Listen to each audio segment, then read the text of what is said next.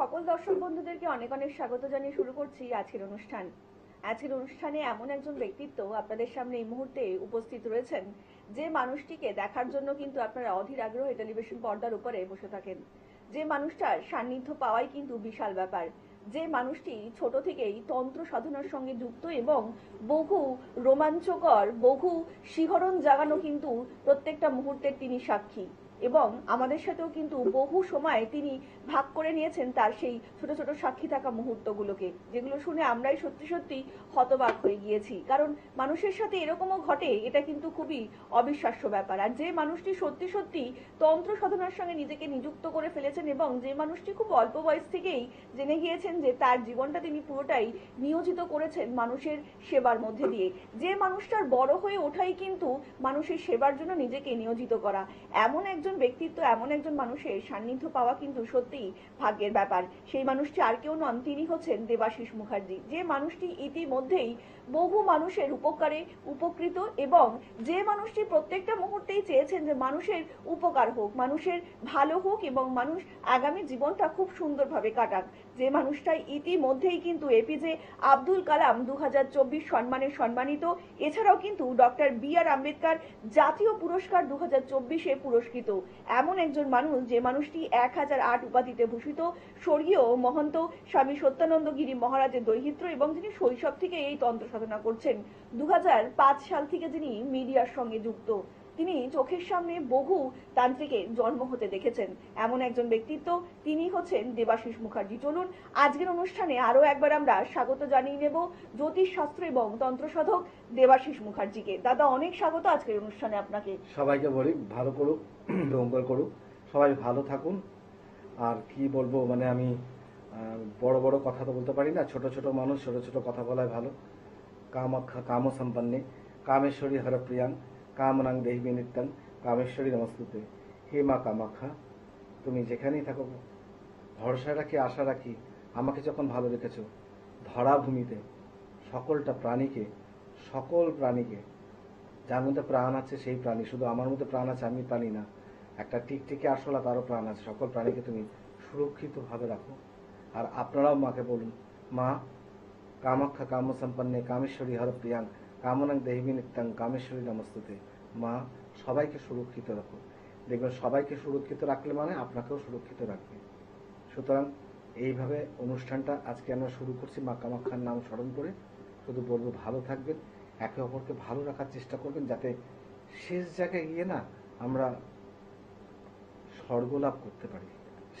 এই জীবনে জ্বলে জ্বলে তো নরকবাস পড়ে যাচ্ছে অনেকেই, পরবর্তীতে যেন নরকবাস না করতে হয়, এই কামনাটাই করি আমি সবার জন্য। আমাদের অনুষ্ঠানের সময়টা ভীষণই অল্প পরিসর, তার মধ্যে হয়তো সব কথা বলা হয়ে ওঠে না, কিন্তু আমরা সব কথা হয়তো দাদার থেকে শুনতেও পারি না। কিছু কথা তো রয়ে যায়, কিছু সমস্যা হয়তো রয়েই যাচ্ছে, যার সমাধান হয়তো এইটুকু সময়ের মধ্যে পাওয়াটা একদমই সম্ভব নয়, কিন্তু আপনাদের পক্ষে অবশ্যই সম্ভব। কারণ দাদার একটি নিজস্ব ইউটিউব চ্যানেল আছে, সেটা হচ্ছে সঠিক দিশা। আপনার জীবনটাকে যদি আপনিও সঠিক দিশা এবং দশা দেখাতে চান এবং সঠিক পথে চালিত করতে চান, তাহলে কিন্তু অবশ্যই দাদার এই ইউটিউব চ্যানেলটাকে ফলো করতেই হবে। আর যে কোনো সমস্যার সমাধান পেতে কিন্তু আপনারা অবশ্যই দাদার সাথে যোগাযোগ করতেই পারেন। এই মুহূর্তে যে সকল দর্শক বন্ধু দাদার অনুষ্ঠান দেখছেন, তারাও কিন্তু যে কোনো সমস্যার জন্যই অবিলম্বে দাদার সাথে যোগাযোগ করতেই পারেন। তার জন্য আপনাদেরকে ডায়াল করতে হবে 8334926072 নম্বরে। আপনাদেরকে অনেক অনুরোধ রয়েছে, সেটা হচ্ছে অন্তত 2 থেকে 3 দিন আগে আপনারা বুকিং করবেন। কারণ আপনারা প্রত্যেকেই জানেন দাদার কিন্তু বিভিন্ন জায়গাতে চেম্বার রয়েছে, দেশে বিদেশে দাদাকে যেতে হচ্ছে, বিভিন্ন মানুষের কিন্তু সান্নিধ্য দাদাকে পেতে হচ্ছে। কারণ প্রত্যেকটা মানুষকেই দাদা চাইছেন যাতে তারা সুস্থভাবে স্বাভাবিক জীবনযাপন করেন। তার জন্যই কিন্তু দাদার প্রত্যেকটা চেম্বারে দৌড়ে দৌড়ে যাওয়া। এবং আপনাদেরকে জানাচ্ছি, যারা ইতিমধ্যেই চেম্বারের সঙ্গে যুক্ত দিয়েছে, তারা কিন্তু অবশ্যই নিজের বুকিং নাম্বারে যোগাযোগ করতেই পারেন। আমরা আলোচনায় আসবো। ইতিমধ্যেই একজন কলার বন্ধু উপস্থিত। নমস্কার, অনেক স্বাগত আপনাকে এই অনুষ্ঠানে। কে বলছেন? নমস্কার, আমি সুদীপ হালদার বলছি, রানীহাটি থেকে। হ্যাঁ বলুন, কার সম্বন্ধে জানবেন? সম্বন্ধে বলতে আমার সম্বন্ধে জানবো। আচ্ছা, আপনার জন্ম তারিখটা বলবেন। 1991 21 অক্টোবর। 21 অক্টোবর 1997। জন্ম সময়? জন্ম সময় সকাল 9টা। সকাল 9টা। 1998 বললেন বোধ হয়। সকাল 9টা। আচ্ছা, জন্মস্থান? জন্মস্থান রানিহাটি। রানীহাটি। এবার বলুন কি প্রশ্ন রয়েছে আপনার দাদার কাছে? হ্যালো। হ্যাঁ বলুন, আপনার কি প্রশ্ন রয়েছে দাদার কাছে, একটু জোরে কথা বলবেন। আমার প্রশ্ন হচ্ছে মানে আগামী দিনে আমার কিভাবে কি চলতে পারে এবং আমার কাজের পদ্ধতিটা কিভাবে কি হতে পারে। আচ্ছা, কাজকর্মজীবী প্রশ্ন। আপনার জন্ম হ্যাঁ। বুধবারে, তাই তো? হ্যাঁ বুধবার দিনকে আপনার জন্ম। হ্যাঁ হ্যাঁ। আপনার রাশি তুলা রাশি, আচ্ছা আর আপনার লগ্ন হচ্ছে বৃশ্চিক লগ্ন। আচ্ছা সুতরাং মনের জোর, কনফিডেন্ট লেভেলটাকে আগে তৈরি করুন, কনফিডেন্ট লেভেলটাকে আগে তৈরি করুন। কারণ আপনার তুলা রাশি এমনি হালকা রাশি, আপনি অল্প একটুতে ঘাবড়ে যান। আপনার এটা হচ্ছে একটা বড় সমস্যা, ছোট জিনিসটাকে বড় করে দেখেন। চতুর্থ বৃহস্পতি কেতু, অসুবিধে কিছু নেই। কিছু গুপ্ত শত্রুর হাত থেকে আপনাকে রেহাই পেয়ে চলতে হবে। অযাচিত শ্রাদ্ধ বাড়ি খাবার খাবেন না, যাত্রা বাড়িতে খাবার দাবার খাওয়া এড়িয়ে চলুন। কেরিয়ার নিয়ে যদি প্রশ্ন করে থাকেন, আপনার 1 2 3 4 5 ষষ্ঠে শনি। শনি কিন্তু তুলা রাশিতে, শনির অবস্থান কিন্তু খুব ভালো, কিন্তু আপনার আত্মবিশ্বাসটা খুব কম। আপনি চট করে ভয়ও পেয়ে যান, কেউ কিছু যদি ধমকি দেয় তাতেও ভয় পান।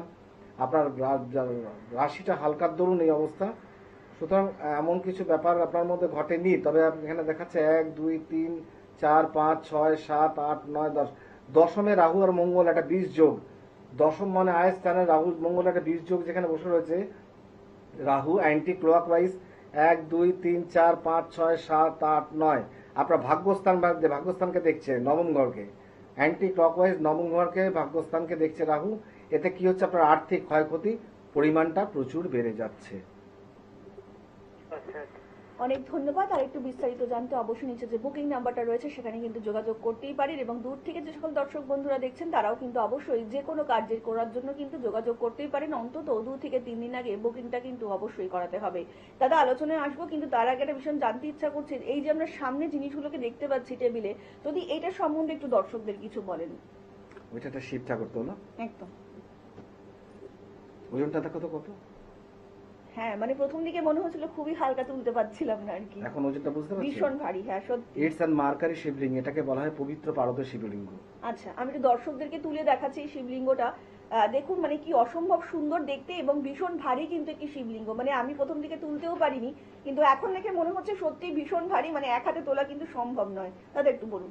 এটা বাড়িতে রাখলে, এটা যদি ঠিকভাবে বাড়িতে রেখে উত্তর দিকে মুখ করে রেখে গঙ্গা জল আর কাঁচা দুধ দিয়ে শুধু যদি স্নান করায়, বেলপাতায় যদি সন্তান অবাধ্য হয় তার নাম লিখে বাবার মাথায় চাপায়, সন্তান বাধ্য হবে। স্বামীর রোজগার যদি কম থাকে, আয় রোজগার যদি লিখে বাবার মাথায় চাপায়, তাহলে কিন্তু স্বামীর রোজগার বাড়বে। বাড়িতে যদি বাস্তুর দোষ থাকে, যদি লিখে রাখে বা বেলপাতা লিখে বাস্তু দোষ সমগ্র, তাহলে সে বাস্তুর দোষ কাটবে। এমনকি বাড়িতে যদি কেউ ক্ষয়ক্ষতি করে থাকে, শুধু যদি লিখে দেয় যে ত্রাহিমাম, বেলপাতায় যদি লিখে দেয় চাপায়, তারপরে মানে বাস্তুদোষ আর শত্রুর থেকেও মোকাবিলা করার মতো একমাত্র পারদের শিবলিঙ্গ পারে। আর এই পারদের শিবলিঙ্গ আমি, তুমি, আমার বাবা, তোমার জ্যাঠা, তোমার কাকা, আমার কাকা, এদের থেকেও পুরনো যারা আছে হরিদ্বারে, ঋষিকেশে, লক্ষ্মণজোলা, কেদারনাথ, বদ্রীনাথ, 4 ধামে যত যোগী পুরুষরা আছে, তারা কিন্তু পারদের শিবলিঙ্গ ছাড়া অন্য কোনো শিবলিঙ্গে পুজো দেয় না। তার কারণ এই যে একটা পারদের শিবলিঙ্গ তুমি তুলে ধরে আছো, এই একটা শিবলিঙ্গে যে ধরেছে, এখন তোমার যে যতটা ভাগ্যবান তুমি, যে সুফল তুমি পাবে, এরকম 100টা যদি ছোট ছোট পাথরের শিবলিঙ্গ তোলো, সেটা তো তুমি পাবে না, একটাতে যতটা সুফল পাবে। মানে আপনারাও দেখতে পেলেন যে কি স্পিরিচুয়াল শক্তি রয়েছে এই শিবলিঙ্গের মধ্যে, যে কোনো সমস্যার সমাধান কতটা কিন্তু সিল্কি, বাবা উপরে পাঠাতে হাত দিয়ে পারে। দেখো কতটা একদমই তাই, smoothly। মানে ভীষণ সুন্দর, অসম্ভব সুন্দর দেখতে আর কি। মানে এটা আমি রেখে দিচ্ছি দাদা। তো নেক্সট আমি একটু এটাতে একটু যাচ্ছি, যদি এটা একটু দর্শকদেরকে বলেন, আমি এটা একটু দর্শককে দেখাতে চাইবো আর কি। এটাকে আমরা বলি হচ্ছে ক্রিস্টাল প্ল্যান্ট। আচ্ছা। এই ক্রিস্টাল প্ল্যান্টটা হচ্ছে যাদের দোকানে বেচা কেনা কমে গেছে বা কমে যাচ্ছে, তারা যদি দোকানের পেছনে একটা সাইডে এটাকে রেখে দেয়, যখন সূর্য উঠবে সূর্যের রেটাই ক্যাচ করে নেবে ক্রিস্টালগুলো। সো এটার মধ্যে লোকের বাস্তু দোষ, মানে একটা অনুষ্ঠানে বলেছিলাম না, কেউ শ্মশান থেকে হোক আর মাঠ থেকে হোক দোকানে ঢুকে যাচ্ছে, এতে দোকানের ভাইব্রেশনটা নষ্ট হয়ে যাচ্ছে। এই ভাইব্রেশনটাকে ইকুয়ালাইজেশন করার জন্যই ক্রিস্টাল ব্যান্ড, যার জন্য কে কোন রঙের জুতো পরে আসছে এটা কিন্তু বলতে পারি না আমরা। কেউ সাদা, কেউ কালো, কেউ হলুদ, কেউ নীল। ক্রিস্টালগুলো দেখো কোনোটা এক কালার নেই কিন্তু। একদমই তাই। ঠিক আছে, হ্যাঁ, অনেকগুলো কালার, অনেকগুলো কালার আছে। সুতরাং এই কালারে এটা রেখে দিলে কি করবে, যত নেগেটিভ এনার্জি আছে ওটাকে দূর করে দিয়ে সূর্যের থেকে পজিটিভ এনার্জি নিয়ে দোকানটাতে একদম পুরো ফ্রেশ করবে। তাতে কি হবে, দোকানের সেলটা বেড়ে যাবে। বাহ, আপনারাও জানতে পারলেন যে যাদের এই মুহূর্তে প্রবলেম আর চলছে দাম বেশি না ব্যাটারি কিন্তু। সমস্যাতে। দাম বেশি না কিন্তু আচ্ছা। এগুলোর দাম হচ্ছে 2000 টাকা করে দাম। বাহ, মানে খুব অ্যাফোর্ডেবল জিনিসের একদম, মধ্যেই মানুষ কিন্তু নিজেদের একদম। জীবন কিন্তু উন্নত এই যে করতে পারদের পারে আর কি। শিবলিঙ্গ তুমি দেখালে, যেটা দেখালে সেটা হচ্ছে গ্রাম হিসেবে 20 টাকা করে গ্রাম। আচ্ছা, এবার তুমি 100 গ্রাম নিলে 2000 টাকা, 200 গ্রাম নিলে 4000 টাকা। মানে দাদা কিন্তু প্রত্যেকটা মুহূর্তে সাধারণ লোকেদের জন্য হ্যাঁ, ভাবছেন, একদম একদম কোথায় পাবে এত গ্রাসরুট দাম লেভেলের দিয়ে জন্য করলে? লোকেদের জন্য দাদা কিন্তু ভাবছেন, যারা খুব অল্প পরিসরের মধ্যে থেকেই অনেক উন্নতি করতে চাইছেন তারা কিন্তু অবশ্যই করতে পারেন। আমরা আবার আলোচনায় আসবো, ইতিমধ্যে একজন কলার বন্ধু উপস্থিত। নমস্কার, অনেক স্বাগত আপনাকে এই অনুষ্ঠানে। হ্যাঁ নমস্কার। নমস্কার। আমি একটু আমার মেয়ের ব্যাপারে একটু জানতে চাই। হ্যাঁ বলবেন ম্যাডাম, মেয়ের জন্ম তারিখটা, মেয়ের নাম বলবেন একটু। মেয়ের নাম হচ্ছে সুপর্ণা সাহা। সুপর্ণা সাহা, আচ্ছা। মেয়ের জন্ম তারিখ 18/5/2002, 18/5/2002। জন্ম সময় সকাল 8:50, সকাল 8:50। জন্মস্থান কলকাতা। কলকাতা। এবার বলুন কি প্রশ্ন রয়েছে আপনার মেয়ের জন্য?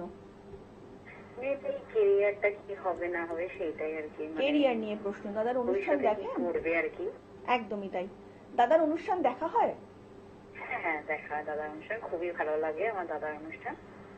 অনেক ধন্যবাদ। 2002, তার 23 বছর বয়স। শনিবারে জন্ম কি? হ্যাঁ হ্যাঁ হ্যাঁ হ্যাঁ, কর্কট রাশি।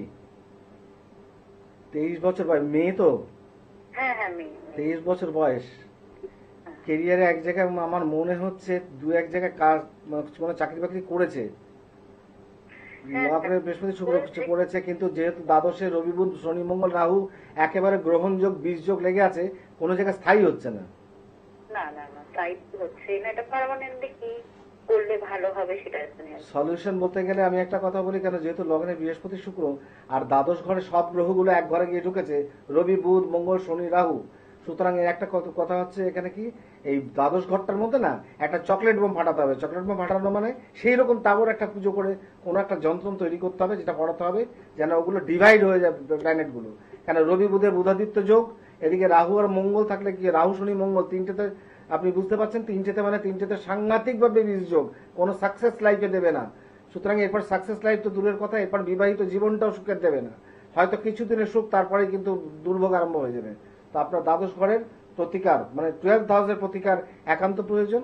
আপনি হরোস্কোপটা খুলে দেখবেন বা আমাদের চেম্বারে আসবেন, আমি আপনাকে খুলে দেখাবো যে একটা ঘরে এতগুলো গ্রহ থাকা ঠিক নয়। এটা যতদিন থাকবে ততদিন আমি আপনাকে এই 2 মিনিটের প্রোগ্রামে মানে এত কিছু গুছিয়ে বলে বোঝাতে পারবো না, কিন্তু আপনাকে এটুকু বললাম যে এই ঘরটাকে আপনাকে ক্লিয়ার করতে হবে। অনেক ধন্যবাদ। আর একটু বিস্তারিত জানতে অবশ্যই নিচে যে বুকিং নাম্বারটা যাচ্ছে সেখানে কিন্তু যোগাযোগ করতেই পারেন। দাদা আপনার সামনেটা খুব সুন্দর আংটি দেখতে পাচ্ছি, তো এই আংটিটার সম্বন্ধে দর্শকদের যদি একটু বলেন আর আংটিটা? কি। এই যে নিচে জাংশা দেখতে পাচ্ছি আচ্ছা, আর এইটা? কি, একদমই তাই। আমি দর্শকদের দেখাতে চাইছি, খুব সুন্দর দেখতে কিন্তু আংটিটা। আপনারা দেখতে পাচ্ছেন কিনা জানি না, কিন্তু আমি এই মুহূর্তে দেখতে পাচ্ছি আংটির মধ্যেও একটি রুদ্রাক্ষ দেখা যাচ্ছে। যদি একটু দর্শকদেরকে দেখানো যায় তো আমি নিশ্চয়ই বলবো, যদি দাদা একটু বলেন এই আংটিটার সম্বন্ধে। এই আংটিটা এমন একটি আংটি, মানে আমি আপনাদের বলে রাখি, যাদের যে মা বোনেদের হাতে পায়ে গিঠুতে বা আর্থারাইটিসের পেন আছে, এই আংটিটা যদি ধারণ করে সেই পেন একদম, মানে আমি বলছি রোগ সেরে যাবে না, কিন্তু পেইনটা আপনি অনেক কম পাবেন, অনেক কষ্টটা কম পাবেন। এই আংটি আপনি কলকাতাতে কোথাও পাবেন না, এই আংটি একমাত্র আমার কাছেই আসে। আর বেশি দিন থাকবে না, আর হয়তো কিছুদিন পাবেন, তারপরে বিলুপ্ত হয়ে যাবে। যা জিনিস দেখছেন এগুলো হয়তো আর বেশি দিন আমার কাছে পাবেন না, এগুলো সব বিলুপ্ত হয়ে যাবে। তো এই আংটিটা পড়লে কি হবে, রোগ সারবে না, কিন্তু আপনি কষ্ট থেকে একটু মুক্তি লাভ পাবেন, একটু ভালো থাকবেন। আর আংটিটা কিনতে হলে ওই যেখানে অ্যাড্রেসটা বলবে, অ্যাড্রেস এসে, আমি থাকি চাই না থাকি, আপনারা প্রত্যেক দিন 10:30 থেকে বিকেল 5টা অবধি খোলা থাকে, রবিবার বাদে। আপনারা এসে আমাকে না দেখালেও চলবে, অনায়াসে এগুলো দাম করে ওজন করে কিনে নিয়ে যেতে পারে, কেন ওখানে লোক থাকে সব সময়, এগুলো কিনতে পারে। আর এই আংটিটার দাম কিন্তু বেশি না, এই আংটিটার দাম হচ্ছে 1100 টাকা। বাহ। দাদা এই সামনে যে রুদ্রাক্ষের আমরা এই গাছটা দেখতে পাচ্ছি, যদি দর্শকদেরকে বলেন। এই রুদ্রাক্ষ গাছ হচ্ছে বাড়িতে রাখার জন্য। যে বাড়িতে দেবাদিদেব মহাদেবকে রাখবেন সেই বাড়িতে একটা রুদ্রাক্ষের গাছ রাখবেন। আর যখন সে মহাদেবকে পুজো দেবেন তখন একটাই মন্ত্র উচ্চারণ করবেন, ওম নমো ভগবতে রুদ্রায় নমো। তার মানে রুদ্রাক্ষ হচ্ছে মহাদেবের অশ্রু জল, ত্রিনয়ন থেকে যে জল পড়েছিল, জলের যে সিক্ত ধারা যেখানে যেখানে পড়েছে সেখানে রুদ্রাক্ষের গাছ হয়েছে। আজকে আমিও একটা মন্দির আছে এক জায়গায় আমার, যেখানে যাই আমি, সেখানে রুদ্রাক্ষ গাছ প্রতিষ্ঠা করেছি। রুদ্রাক্ষ গাছ সব জায়গায় জন্মায় না, ঠাকুরের আশীর্বাদে দুটো গাছ আমার বড় হয়ে গেছে রুদ্রাক্ষ।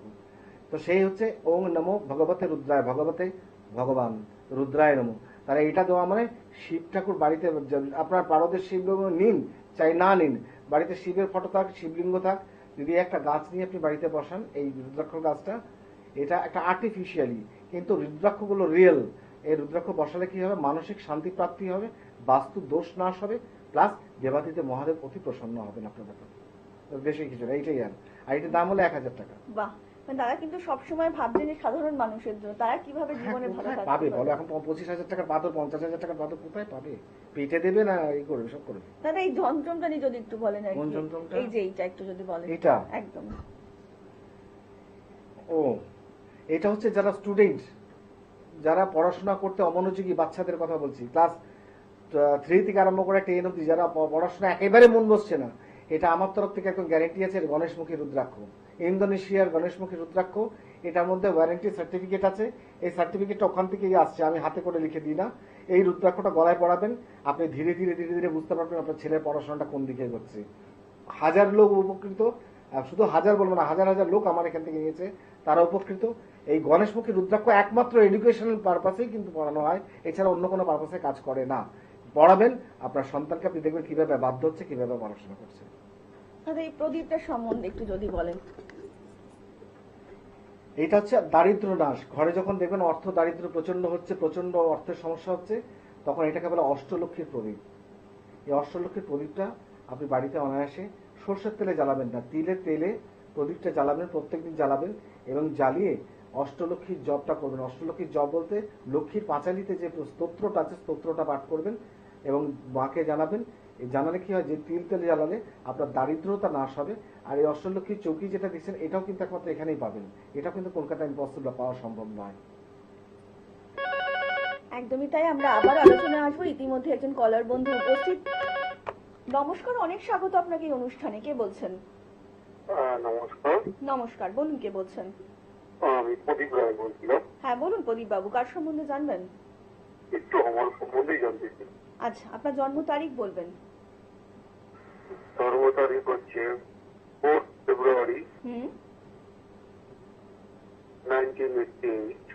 4 ফেব্রুয়ারি 1988। জন্ম সময়? সময় হচ্ছে দুপুর 3:35, দুপুর 3:35। জন্মস্থান? কলকাতা। কলকাতা। এবার বলুন কি প্রশ্ন রয়েছে আপনার দাদার কাছে? আমার বিজনেস কি করতো, আমার মানে ব্যবসাটা ভালো যাচ্ছে না। আচ্ছা, ব্যবসা সংক্রান্ত প্রশ্ন। বৃহস্পতিবার জন্মদিন আপনার? হ্যাঁ। আপনার রাশি সিংহ রাশি, মিথুন লগ্ন। আচ্ছা। ব্যবসা কি কি বলেন আর বলবেন, ব্যবসা ভালো যাচ্ছে না? হুম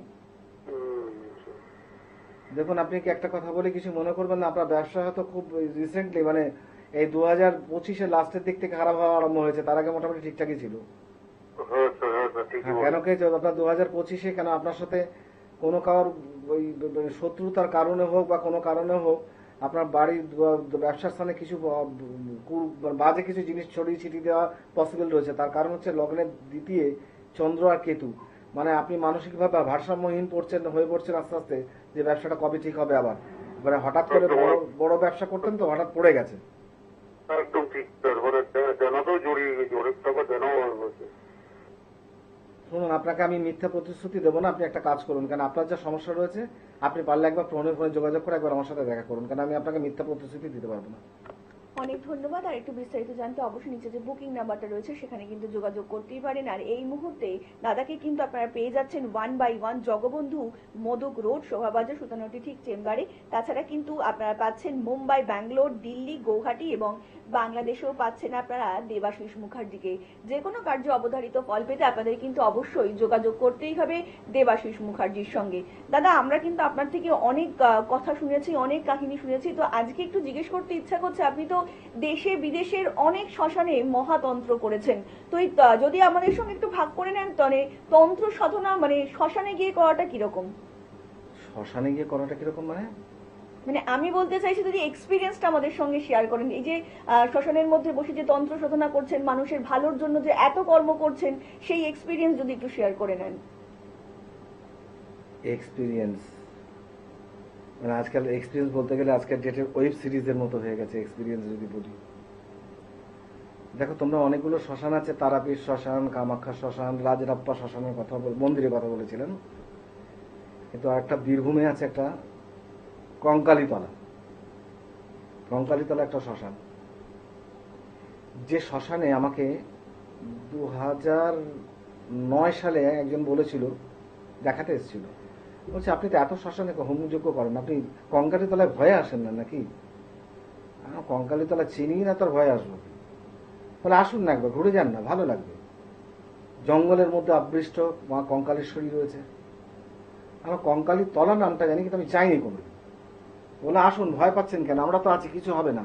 আমি মানে ভয় বলতে কিসের ভয় বোঝাচ্ছেন? আরে ওখানে আসুন না, আপনি, আপনার মতো লোক দরকার আছে, আপনি আসলে বোঝাবো, ভয় দেওয়ার কিছু নেই, পুজো পাঠ হোমযজ্ঞ করে দেখুন না। কঙ্কালীতলা বলেছে।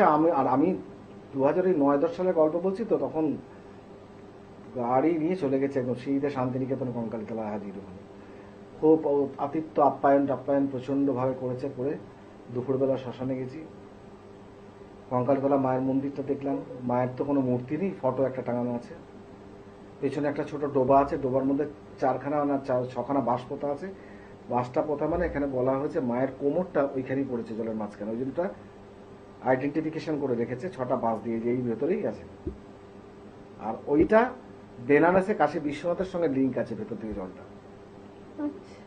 শ্মশানে যখন ঢুকলাম, তো আজকের বয়সটা তখনকার বয়সটা আকাশ পাতাল তফাৎ। তো যখন শ্মশানে ঢুকলাম তখন দেখলাম যে ঠিক এরকম মাটির দুটো এরকম ভাবে ঢিপি করা আছে, আর মাঝখানে গ্রিল লাগানো আছে। আর তো সিমেন্টের প্ল্যাটফর্মে উঠে গ্রিল, ওর মধ্যে ডেড বডি পোড়ানো হয়। দাঁড়িয়ে দাঁড়িয়ে দেখতে থাকলাম, একটাও লোক নেই ওখানকার, মানে ফাঁকা ধুধু করছে। ইতিহাসটা ঘাটলাম একটু, পেলাম জগদীশ বাবা তন্ত্র সাধনার ঘরে জাগিয়েছিলেন কঙ্কালীতলা শ্মশান, জগদীশ বাবা। ঠিক তারপর দেখলাম পঞ্চমুণ্ডির আসন, দেখলাম, শুনলাম, বুঝলাম। পরের দিন হাসতে হাসতে বললাম এবার আসি বন্ধু, বিদায় নি, আবার পরে দেখা হবে, আবার আসবো। তখন আমাকে বললো ওই লোকটি যে দাদা, আপনি যখন এবার এসে মাকে প্রণাম করে গেলেন, কিন্তু এখানে কিন্তু তন্ত্র কিছু করার চিন্তা ভাবনা করবেন না। আমি কেন? বলছে এখানে কিন্তু এটা কাঁচা শ্মশান, এটা তারাপীঠ না, যা যে ইচ্ছা তা হয়, এখানে কিন্তু করলে কিন্তু নিস্তার নেই। 2-1 জন করতে গেছে, মারা গেছে কিন্তু একদম। না না, আমি করবো না, আমার প্রাণের ভয় অনেক আছে। আমি চলে এসেছি সেকেন্ড টাইম যখন গেছি, আমি ওখানে যখন পৌঁছেছি সেকেন্ড টাইম, তখন যে লোক আমাকে ইনভাইট করেছিল সেই লোকের ফোন করে নিয়ে গেছি, সে আমার রূপ আর চেহারা থেকে ওর নিজের অবস্থা খারাপ হয়ে গেছে। আমি সরাসরি গাড়ি থেকে নেমেছি, হাতে খড়গ খাড়া নিয়ে নেমেছি, নেমে ওখান থেকে বলেছি আজকে কঙ্কালীতলা হোম 4খানা গাড়ি নিয়ে গেছিলাম, হোমের কাঠ ফাট সব কিছু পাঠা ফাটা সব কিনে নিয়ে গেছিলাম।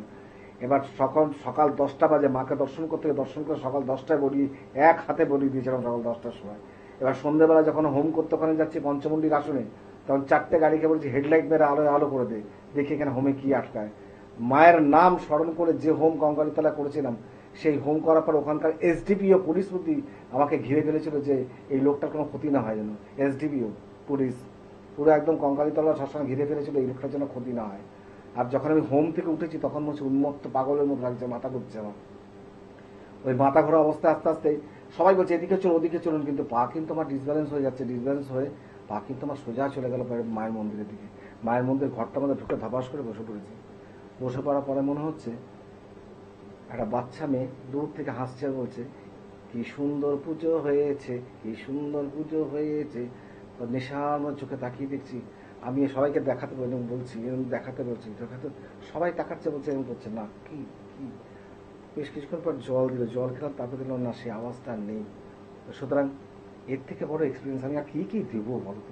একদম মানে অসম্ভব সুন্দর একটা এক্সপিরিয়েন্স শুনলাম, সত্যি মানে গায়ের মধ্যে সত্যি সত্যি কাটা দিচ্ছে মনে হচ্ছে। এরকম জলজ্যান্ত ভাবে মায়ের দর্শন পাওয়াটা কিন্তু সত্যিই অবিশ্বাস্য, এবং যে মানুষটি সত্যি সত্যি পেয়েছেন সেই মানুষটার যে কত রকম শক্তি রয়েছে তার মধ্যে, এটা কিন্তু অস্বীকার করার কোনো রকমের জায়গা নেই। আর তিনি হচ্ছেন দেবাশিস মুখার্জি। আপনিও যদি চান নিজের জীবনকে একটু সুন্দর করে গুছিয়ে নিতে, সমস্যা নিয়ে আসুন এবং সমাধান নিয়ে ফিরে যান, তিনি হচ্ছেন দেবাশিস মুখার্জি। আজকের মতন অনুষ্ঠান কিন্তু আমাদের এখানেই শেষ করতে হচ্ছে, এবং কথা দিয়ে যাচ্ছি আপনাদের সকলের সঙ্গে দেখা হবে আগামী পর্বে। সকলে অনেক ভালো থাকবেন। নমস্কার। নমস্কার।